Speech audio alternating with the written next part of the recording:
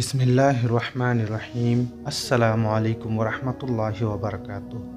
آج ہم بات کریں گے کہ قرآن کے مطابق ہمیں اپنی زندگی کیسے گزارنی چاہیے۔ قرآن پاک اللہ تعالیٰ کی طرف سے ہدایت کا مکمل ذریعہ ہے۔ سب سے پہلے قرآن ہمیں تقوی اختیار کرنے کی تلقین کرتا ہے، یعنی اللہ سے ڈرنا اور اس کے رضا کے لیے زندگی گزارنا۔ سورہ بقرہ کے شروع میں ہی اللہ تعالیٰ ارشاد فرماتا ہے، ذَلِكَ الْكِتَابُ لَا رَيْبَ فِيهِ هُدًى لِّلْمُتَّقِينَ۔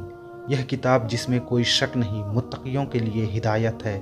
ہمیں زندگی میں ہر کام اللہ کی مرضی کے مطابق اور اس کے بتائے ہوئے اصولوں پر کرنا چاہیے۔ سچائی، انصاف اور صبر کو اپنانا ہمارے لیے ضروری ہے۔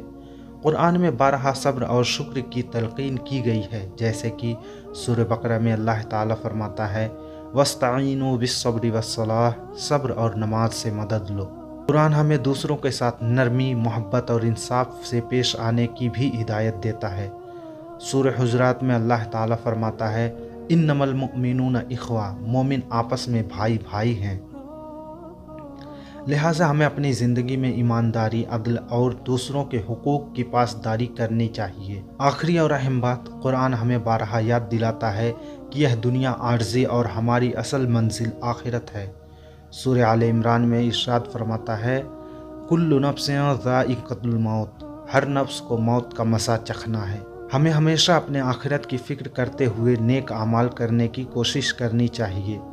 اللہ ہمیں قرآن کے مطابق اپنی زندگی گزارنے کی توفیق عطا فرمائے۔ یہ تھا آج کا ہمارا پیغام۔ اگر آپ کو ہماری ویڈیو پسند آ رہی ہے تو ہمارے چینل قرآن مائی لائٹ کو سبسکرائب کریں اور بیل آئیکن کو بھی دبانا نہ بھولیں، تاکہ ہماری ہر نئی ویڈیو آپ تک پہنچے۔ جزاک اللہ۔